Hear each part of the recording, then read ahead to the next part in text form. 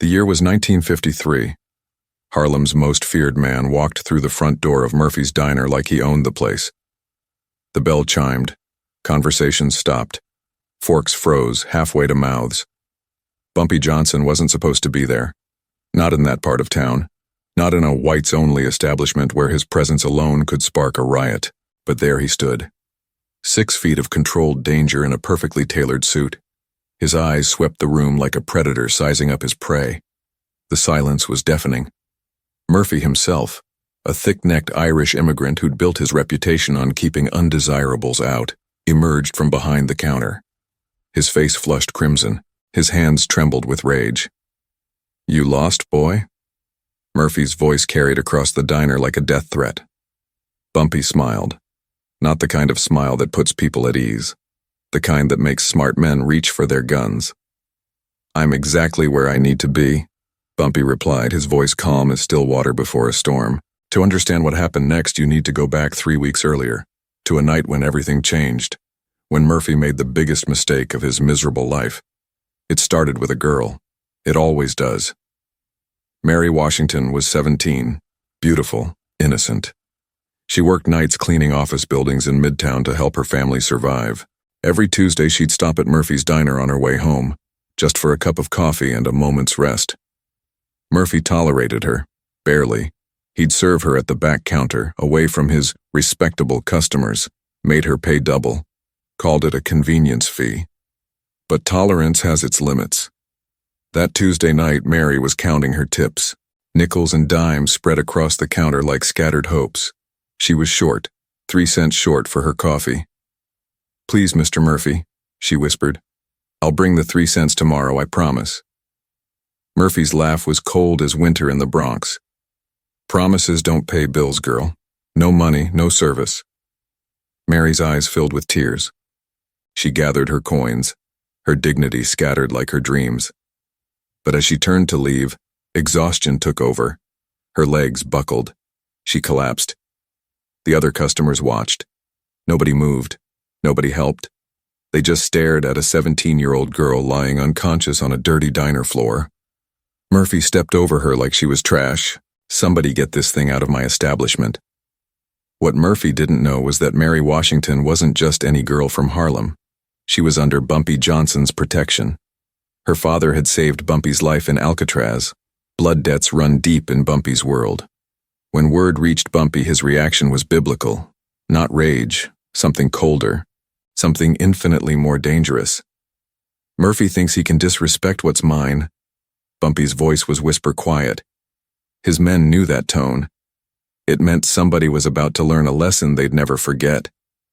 Bumpy spent 3 weeks studying Murphy, learning his routines, his fears, his weaknesses.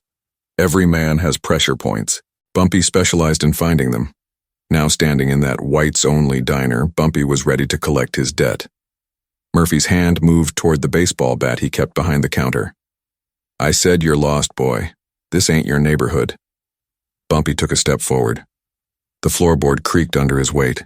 "Funny thing about neighborhoods, Murphy. They change." The tension in the room was suffocating. Customers shifted nervously. Some reached for their wallets, ready to flee. Others leaned forward, sensing blood in the water. Murphy gripped his bat tighter. "You threatening me in my own place?" Bumpy's smile widened. "I don't make threats, Murphy. I make promises." What happened next would become legend in Harlem, but it wasn't what anyone expected, because Bumpy Johnson didn't become the king of Harlem through violence alone. He became king through something far more powerful. But what Murphy discovered about his own past that night would haunt him forever, and what Bumpy revealed would change everything. Bumpy stood in the center of that diner like a storm waiting to break. The silence stretched until it became unbearable. Murphy's knuckles were white against the baseball bat handle. "You got 10 seconds to walk out that door," Murphy snarled, "before this gets ugly." Bumpy checked his gold pocket watch. The gesture was deliberate, calculated. 10 seconds? He looked up with those cold, predator eyes. That's generous. Most men don't get a countdown before they meet their maker. Murphy's face twisted with rage. This was his territory. His rules. No way some Harlem thug was going to disrespect him in front of his customers. His reputation was everything in this neighborhood. "Boys, looks like we got ourselves a problem," Murphy called out to his regulars. 3 men stood up from their corner booth. Big men. Docker types with scarred knuckles and mean dispositions. They'd handled troublemakers before. Bumpy glanced at them with the interest of a man studying insects. "You sure you want to do this, Murphy? Because once this dance starts, there's no walking it back." Murphy swung the bat. Not to hit, just to intimidate. The wood whooshed through the air inches from Bumpy's face. Any normal man would have flinched. Bumpy didn't even blink. "Next one connects," Murphy threatened. That's when Bumpy did something nobody expected. He laughed. Rich, deep laughter that filled every corner of that hate-filled diner. The sound was more terrifying than any threat could have been. "Murphy, Murphy, Murphy." Bumpy shook his head like a disappointed father. "You really don't know who you're dealing with, do you?" The 3 dockers moved closer, forming a semicircle. Bumpy was outnumbered 4-1. Exactly where Murphy wanted him. This was going to be a lesson the whole neighborhood would remember. "See, that's the problem with men like you," Bumpy continued, his voice conversational. "You think respect comes from fear. You think power comes from a bat." Murphy raised the weapon higher. "Shut your mouth and get out." "But you made a mistake 3 weeks ago. A big one. You put your hands on someone under my protection." Murphy's confidence wavered for just a second. "I don't know what you're talking about." "Mary Washington, 17 years old, worked 2 jobs to feed her family. You let her collapse on your floor like she was garbage." The diner patrons shifted uncomfortably. Some remembered that night. The girl who'd fainted. How nobody helped. Murphy's grip tightened. "What happens in my diner is my business." "Was your business," Bumpy corrected. "Now it's mine." That's when Murphy made his fatal error. He swung for real this time, put everything behind it. The bat whistled through the air toward Bumpy's skull. Bumpy moved like liquid mercury. The bat sailed past his head and splintered against the wall. Before Murphy could recover, Bumpy had his wrist in a grip that could crack bones. "Lesson 1, Bumpy whispered, his voice barely audible but somehow filling the room. "Never swing at someone unless you're sure you can hit them." Murphy's face went white with pain. The 3 dockers rushed forward. This was their moment to be heroes, to save their boss and earn respect. They never got the chance. The diner door chimed. 6 men walked in. Not ordinary men, Bumpy's men. Each one was dressed sharp enough for church but carried themselves like wolves. They didn't say a word, didn't need to. The dockers froze mid-charge. Suddenly the odds weren't so favorable. Bumpy released Murphy's wrist. The man stumbled backward, cradling his arm like it was broken. "You see, Murphy, that's lesson 2. Never start a fight unless you're prepared to finish it." But Bumpy wasn't done teaching, not by a long shot. "You know what your real problem is?" Bumpy straightened his tie, calm as Sunday morning. "You think being white in 1953 makes you untouchable. You think that sign on your door gives you power." Murphy's eyes darted to his customers. They were all staring at him now, waiting to see what their tough guy owner would do when faced with real danger. "But here's what you don't understand," Bumpy continued. "Power isn't about the color of your skin. It's not about signs on doors or baseball bats. Real power is about information." Bumpy reached into his jacket. Murphy flinched, expecting a gun. Instead, Bumpy pulled out a manila envelope, thick, heavy, full of secrets. "See, I spent 3 weeks learning everything about you, Murphy. Everything." Bumpy's smile was sharp as broken glass. "Your real name, your debts, your connections, where you really came from." Murphy's face went from white to green. "You're bluffing." "Am I?" Bumpy opened the envelope and pulled out a single photograph. He held it up so only Murphy could see. The effect was immediate. Murphy's legs gave out. He grabbed the counter for support. His eyes went wide with terror that had nothing to do with physical violence. "That's right."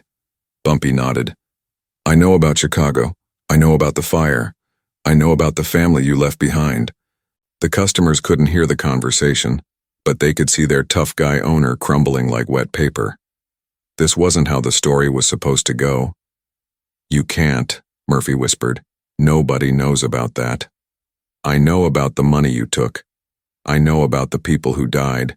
And I know about the men who've been looking for you for 15 years. Bumpy put the photograph back in the envelope.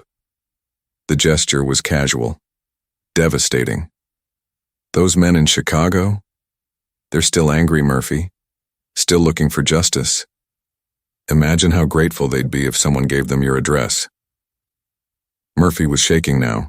The bat lay forgotten on the floor. All his arrogance, all his hate had evaporated like smoke. What do you want? Bumpy's smile was patient, terrifying. I want you to understand something fundamental. There are two kinds of people in this world, those who protect the innocent and those who prey on them. He stepped closer. Murphy couldn't back away any further. You preyed on a girl under my protection. That makes this personal. The diner was silent except for the tick of the wall clock. Everyone could feel the tension, the electricity, the sense that history was being made. So here's what's going to happen, Bumpy continued. You're going to learn what real consequences look like. But what Bumpy pulled from that envelope next would destroy more than just Murphy's reputation. It would unravel a conspiracy that reached into the highest levels of the neighborhood's power structure. Murphy stared at the envelope in Bumpy's hands like it contained his death sentence, which in many ways it did. Please, Murphy whispered, whatever you want. Money? I can get money. Bumpy's laugh was cold as winter wind. Money? You think this is about money? He shook his head slowly. This is about respect, about understanding your place in the natural order. The diner customers watched in fascination. Their tough guy owner was begging. Actually begging. Some pulled out bills to pay their tabs, ready to flee. Others leaned forward, mesmerized by the drama unfolding. See, Murphy, you made this personal when you disrespected Mary Washington. But what you don't understand is that I've been watching you for years. Waiting. Bumpy gestured to one of his men. A tall, lean figure stepped forward. Impeccably dressed. Cold eyes. Meet Detective Williams, Harlem Precinct. Also happens to be Mary's cousin. Murphy's face went ashen. A cop. Bumpy had a cop in his pocket. Detective Williams has been very interested in your operation here, Bumpy continued conversationally. The numbers running out of your back room, the loan sharking, the protection racket you've been running on immigrant families. Williams stepped closer. His badge caught the diner's harsh fluorescent light. Funny thing about investigations, Murphy. Sometimes they take years to build a case, but when they're ready. He smiled. They're airtight. Murphy's knees buckled. He grabbed the counter harder. You can't. I pay my dues. I keep my mouth shut. To the wrong people, Bumpy said quietly. See, that's your fundamental misunderstanding. You think paying off beat cops gives you protection. You think intimidating working girls makes you powerful. Bumpy opened the envelope again. This time he pulled out a ledger. Thick, well-worn, filled with names and numbers that could destroy lives. But real power? Real power comes from knowing everyone's secrets. And brother, do I know yours? Murphy's eyes fixed on the ledger. He recognized it. How could Bumpy have gotten it? It had been locked in his safe, hidden behind a fake wall, impossible to find. Looking for this? Bumpy flipped through pages of incriminating evidence. Tommy the fish sends his regards. Turns out your safe wasn't as secure as you thought. Tommy, Murphy's most trusted employee, the man who'd worked for him for 8 years, who knew every secret, every hiding spot, every weakness. Tommy's been working for me for 6 months, Bumpy revealed. Amazing what a man will do when you save his daughter from a predator. The betrayal hit Murphy like a physical blow. Tommy had been like a son to him, trusted with everything, and he'd been feeding information to Bumpy Johnson. You see, Murphy, while you were busy humiliating teenage girls and playing tough guy, I was building a web around you, every move calculated, every piece positioned. Bumpy nodded to another of his men. This one was smaller, wiry, with the look of someone who'd spent time in places most people never see. Meet Ezra, He used to work for your friends in Chicago. Very interesting stories about a warehouse fire in 1938. About money that went missing. About families that died because someone was too greedy to warn them. Murphy's face went completely white. His legs gave out completely. He slid down the counter until he was sitting on the floor, staring up at his destroyer. Those families had relatives, Murphy. Relatives who've spent 15 years looking for the man who took their money and left them to burn. Ezra smiled. It wasn't a pleasant expression. They're still looking, still angry, still want justice. But here's the thing about justice, Bumpy continued, his voice steady as a judge pronouncing sentence. Sometimes it comes from the law, sometimes it comes from the streets, and sometimes it comes from simply giving a man enough rope to hang himself. Murphy was hyperventilating now. 15 years of living a lie, thinking he was safe, and it was all crumbling in one night. What do you want? He gasped. Bumpy crouched down, bringing his face level with Murphy's. When he spoke, his voice was barely above a whisper, but every word carried the weight of absolute authority. I want you to understand something fundamental. There are rules in this world, ancient rules. You disrespect what's mine, you face consequences. You prey on the innocent, you get taught a lesson. Bumpy stood up, straightening his jacket. But I'm not an unreasonable man. I believe in redemption, in second chances. Hope flickered in Murphy's eyes. Maybe he could get out of this. Maybe there was a deal to be made. So here's your choice, Bumpy continued. You can face justice from Chicago. Detective Williams can process his arrest warrant, or... The pause stretched like eternity. Or you can make amends, real amends. Murphy grabbed onto the possibility like a drowning man clutching driftwood. Anything. I'll do anything. Bumpy smiled. But it wasn't the cold, predatory smile from before. This was something different. Something that suggested he'd been planning this moment for a very long time. See that sign on your door? The one that says whites only? Murphy nodded frantically. You're going to take it down tonight, in front of everyone. Murphy's mouth opened and closed like a fish. In 1953, in this neighborhood, that wasn't just changing a sign. That was social suicide, economic destruction. His white customers would never come back. But that's not all, Bumpy continued. You're going to do more than just serve everyone equally. You're going to become something this neighborhood has never seen before. He leaned down again. You're going to become a bridge, a place where people from different worlds can sit together, share a meal, find common ground. Murphy looked around the diner. His customers were watching, waiting to see what he'd choose. Some looked disgusted at the suggestion. Others seemed curious. And if I refuse? Bumpy's expression didn't change. Then Detective Williams makes his arrest. Ezra makes his phone call to Chicago, and Tommy testifies about everything he knows. Murphy closed his eyes. When he opened them, something had changed. The fight was gone. The arrogance was gone. For the first time in years, maybe the first time in his life, he looked human. How do I know you'll keep your word? Because unlike you, Bumpy said quietly, my word actually means something. The diner was silent except for the hum of the coffee machine and the tick of the wall clock. History was being made, not through violence, not through destruction, but through something far more powerful. Choice. Redemption. The possibility that even the worst men could change. But as Murphy reached for the door to take down his hateful sign, neither he nor his customers knew about the crowd that had gathered outside. Word had spread through the neighborhood. People were watching, waiting, and what Murphy discovered about the true power of that moment would change not just his diner, but the entire neighborhood forever. Murphy's hand trembled as he reached for the door handle.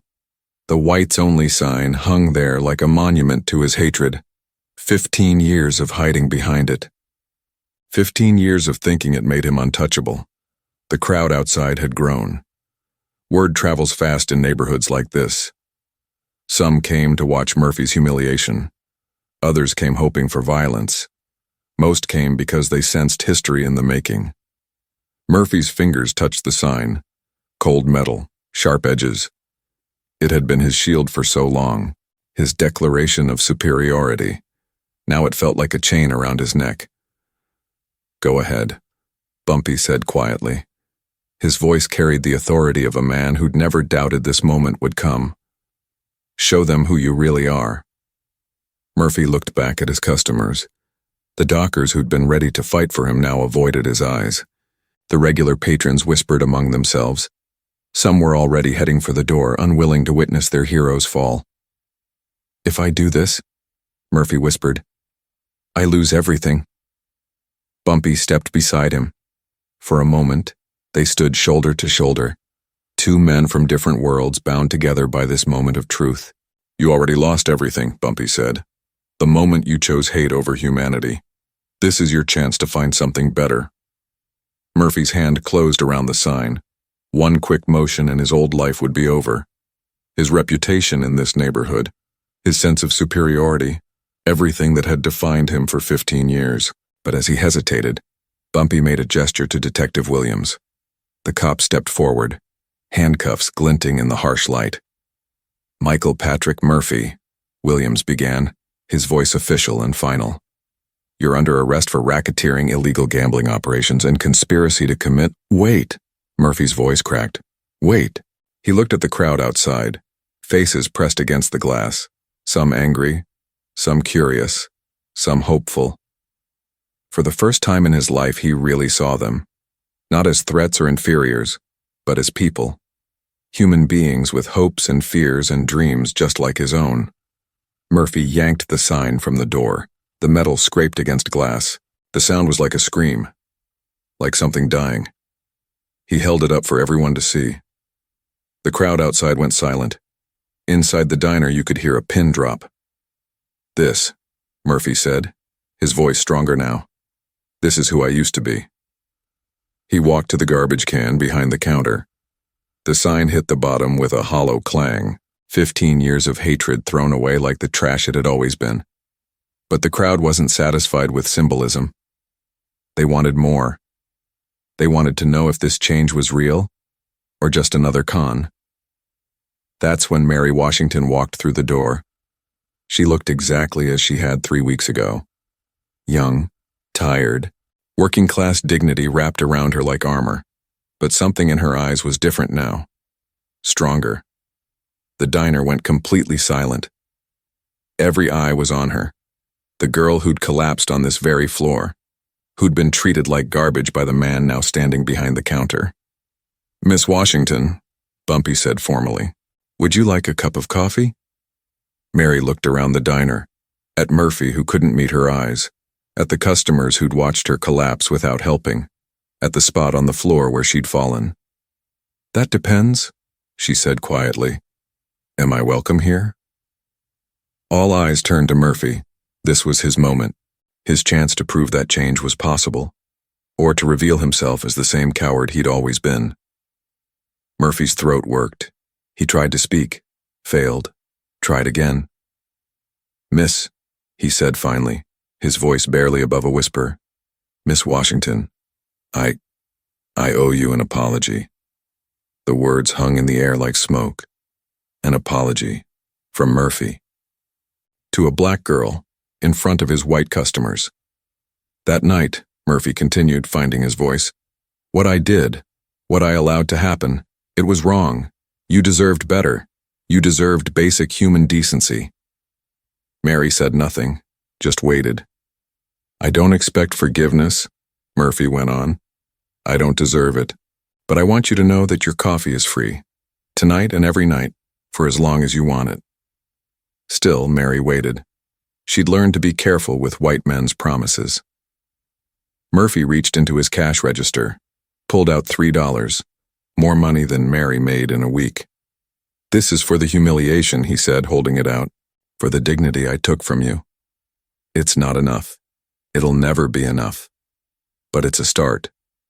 Mary looked at the money, at Murphy's outstretched hand, at the crowd watching through the windows.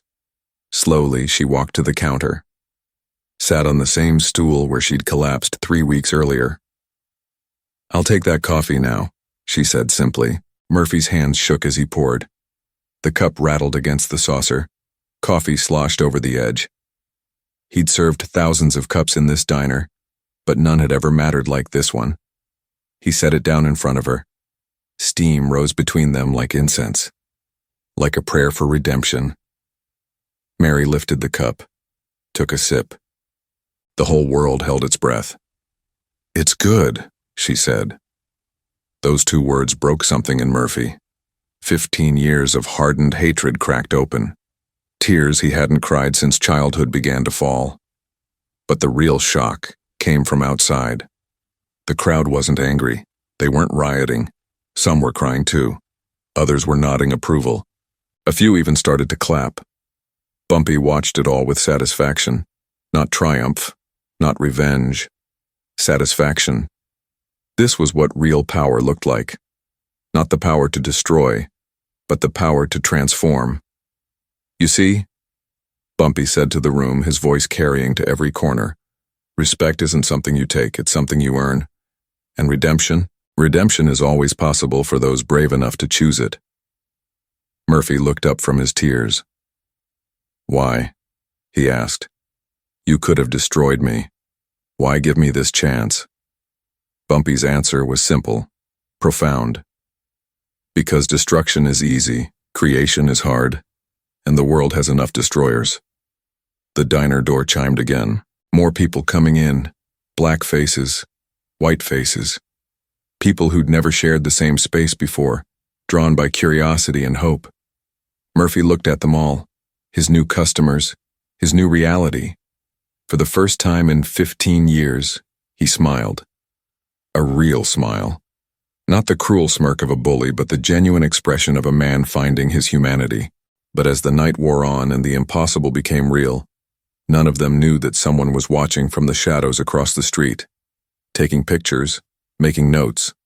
Someone who had very different plans for Bumpy Johnson, because Murphy's transformation was just the beginning. What happened next would test everything Bumpy believed about redemption, power, and the price of changing the world. 6 months later, Murphy's Diner had become something nobody could have predicted. The legend, the miracle, the place where hatred died and hope was reborn. The transformation wasn't just in the paint on the walls or the mixed faces sharing tables. It was deeper, fundamental. Murphy himself had become unrecognizable from the bitter man who'd once ruled through fear and prejudice. Every morning at 6 a.m. sharp, Murphy would unlock the doors personally. Not because he had to, he could afford help now, but because he wanted to greet each customer like they were family. Because he'd learned that dignity wasn't something you rationed based on skin color. The breakfast rush was different now. Construction workers sat next to college students. Harlem musicians shared coffee with Wall Street clerks who'd discovered this hidden gem. Elderly Jewish immigrants played chess with young black intellectuals. The impossible had become routine. Mary Washington still came every Tuesday, but now she brought her textbooks. Murphy had quietly arranged with the local community college to pay her tuition. Not as charity, as investment. "Smart girls like you," he'd told her. "You're going to change this world. I want to be able to say I helped." The financial transformation was equally dramatic. Murphy's revenue had tripled. Turns out when you serve everyone with respect, word spreads. The diner that had once survived on the loyalty of bigots now thrived on something more powerful, genuine community. But success brought unexpected challenges. The old neighborhood powers weren't pleased with Murphy's transformation. Store owners who'd profited from segregation found their own businesses suffering as customers flocked to Murphy's inclusive model. The local political machine, built on division and fear, saw Murphy's Diner as a threat to their control. That's when the real test came. It was a Tuesday evening in November. The dinner rush was in full swing. Laughter mixed with conversation in 3 different languages. The cash register sang its profitable song. Murphy was wiping down tables, genuinely smiling as he worked. The door chimed. 4 men walked in. Not customers, enforcers. Sent by the neighborhood's shadow rulers who decided Murphy's experiment had gone too far. The lead enforcer was Frank the Hammer Kowalski, 300 pounds of muscle and malice. He'd built his reputation on breaking bones and spirits. His message was simple: conform or suffer. Murphy, Frank's voice boomed across the diner. Conversation stopped. Forks froze halfway to mouths. The peaceful atmosphere shattered like glass. Murphy looked up from his cleaning. 6 months ago, he would have reached for his bat, would have met violence with violence. Now, he set down his rag and walked calmly to the counter. "Frank, what can I do for you?" Frank's laugh was ugly, mean. "You can start by explaining why you're harboring undesirables in a respectable neighborhood." The racial slur hung in the air like poison. Several customers shifted uncomfortably. A few reached for their wallets, ready to leave. Others, the regulars who'd come to love this place, stayed put. They'd seen Murphy change. They believed in what he'd become. "Everyone's welcome here," Murphy said quietly. "That's how it works now." Frank stepped closer. His 3 companions spread out, blocking exits. This was Intimidation 101. Control the space. Control the fear. "See, that's where you're wrong, Murphy. That's not how it works. That's not how it's ever worked in this neighborhood." Murphy's hand trembled slightly. Old habits. Old fears. For a moment, he was the same coward who'd hidden behind hatred for 15 years. But then he saw Mary Washington in the corner booth, studying for her midterm exams, representing everything good that had come from his choice to change. And he remembered Bumpy Johnson's words: "Real power comes from choosing who you want to be." "Times change, Frank," Murphy said, his voice steadier now. "People change." Frank's massive hand slammed down on the counter. The register jumped. Coffee cups rattled. "Not in my neighborhood, they don't." That's when Murphy surprised everyone, including himself. He laughed. Not the bitter, cruel laugh of his past, but something warm. Genuine. The laugh of a man who'd found peace with his choices. "Your neighborhood?" Murphy shook his head. "Frank, you don't own anything. You're just another bully who thinks fear equals power." Frank's face went red. Nobody talked to him like that. Nobody. His reputation was built on absolute respect through absolute terror. "You got 10 seconds to throw out the trash," Frank growled, gesturing at the black customers, "or I'll do it for you." Murphy looked around his diner, at the faces watching him, waiting to see what he'd do. Would he revert to his old ways when tested? Would fear win over growth? "No," Murphy said simply. Frank blinked. "What?" "I said no. These people aren't trash. They're my customers, my friends, and you're not welcome here if you can't respect that." The silence was deafening. Frank Kowalski had never been refused, not once in 20 years of neighborhood enforcement. His reputation was cracking in real time. "You sure you want to do this, Murphy? You sure you want to make this choice?" Murphy nodded. "I've never been more sure of anything in my life." Frank reached inside his jacket. Not for a gun. Too public. Too messy. For brass knuckles. He was going to beat Murphy unconscious in front of everyone. Make an example. Show the whole neighborhood what happened to those who defied the old order. But as Frank's hand closed around the weapon, the diner door chimed again. Bumpy Johnson walked in like he owned the place. Which, in every way that mattered, he did. Frank froze. Every enforcer in the city knew Bumpy's reputation, knew his reach, knew that crossing him was career suicide. "Gentlemen," Bumpy said pleasantly, adjusting his cufflinks, "I heard there was some kind of misunderstanding here." Frank's confidence evaporated. This wasn't part of the plan. Bumpy Johnson wasn't supposed to be involved. This was just neighborhood business, local politics. "Mr. Johnson," Frank stammered. "This don't concern you, just cleaning up some local issues." Bumpy smiled, that cold, predatory smile that made smart men nervous. "Frank, when you threaten my friends, it becomes my concern. When you disrespect a place I frequent, it becomes my business." Frank looked around desperately. His backup was useless against Bumpy Johnson. The customers were watching with fascination. Murphy stood behind the counter, no longer afraid. "See, Frank, you made the same mistake a lot of men make. You confused reputation with respect. You thought fear was the same as power." Bumpy walked slowly around the diner, his footsteps echoing in the silence. "But real power comes from building something instead of tearing it down. from creating value instead of destroying it. Frank's hand released the brass knuckles. Sweat beaded on his forehead despite the November chill. Murphy here learned that lesson. Bumpy continued. 6 months ago, he was just another small man hiding behind big hatred. Now he's built something beautiful, something that brings people together instead of driving them apart. Bumpy stopped in front of Frank. The size difference was dramatic. Bumpy was elegant where Frank was brutish, controlled where Frank was crude. So here's what's going to happen. You and your boys are going to walk out that door. You're going to tell whoever sent you that Murphy's under my protection, and you're never going to darken this doorway again. Frank nodded frantically. Yes, sir, Mr. Johnson, absolutely. No problem at all. But as Frank turned to leave, Bumpy called out one more time. Oh, and Frank? Next time someone sends you to intimidate a man for choosing love over hate, you might want to ask yourself what that says about the people giving the orders. Frank practically ran for the door, his men close behind. The diner erupted in applause. Not just for Bumpy, but for Murphy, for the choice he'd made, for the courage he'd shown. As the applause died down, Bumpy approached the counter. Murphy met his eyes with something he'd never had before, genuine gratitude mixed with hard-earned self-respect.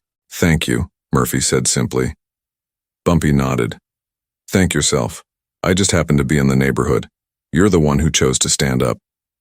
Mary Washington approached from her corner booth, textbooks in hand. Mr. Murphy, she said formally, would you mind if I brought my study group here Thursday nights?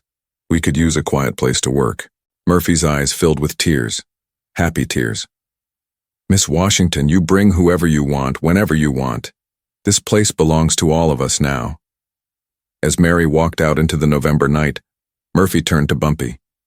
How did you know? How did you know I wouldn't run? Wouldn't go back to the way I was? Bumpy's answer was simple, profound, because real change isn't about one dramatic moment. It's about choosing to be better every single day. And Murphy, every day for 6 months you made that choice. The diner slowly returned to normal. Conversations resumed. Orders were taken. Life went on. But something fundamental had shifted. Not just in Murphy's diner, but in the entire neighborhood. Word spread fast in communities like this. Murphy had faced down Frank Kowalski, had chosen principle over safety, had proven that change wasn't just possible, it was powerful. Other businesses began following Murphy's lead. The barbershop down the street quietly took down its discriminatory policies. The local grocery store started hiring workers based on skill instead of skin color. Change spread like ripples in a pond. 5 years later, Murphy's Diner was featured in national magazines as a model of community integration. Murphy himself had become a speaker at civic organizations, telling his story of transformation and redemption. But he never forgot the lesson Bumpy Johnson had taught him that first night. That real power wasn't about who you could hurt, but about who you could help. Not about what you could destroy, but about what you could build. And every Tuesday when Mary Washington came in for coffee, now Dr. Mary Washington, the neighborhood's first black female physician, Murphy would remember the night he chose to become human. The lesson was simple, powerful, and eternal. Respect isn't something you demand. It's something you earn. Redemption isn't a destination. It's a daily choice. And sometimes the greatest victory isn't defeating your enemies. It's transforming them into allies. Murphy learned that hatred is easy, but building bridges takes courage. That destroying takes no skill, but creating something beautiful requires everything you've got. And in a world full of people choosing division, Murphy had chosen unity. In a time when fear seemed easier than hope, he'd chosen love. That's the kind of courage that changes neighborhoods. That's the kind of power that changes lives. That's the kind of legacy that lasts forever. Because in the end, the measure of a man isn't who he was at his worst. It's who he becomes when he chooses to be better.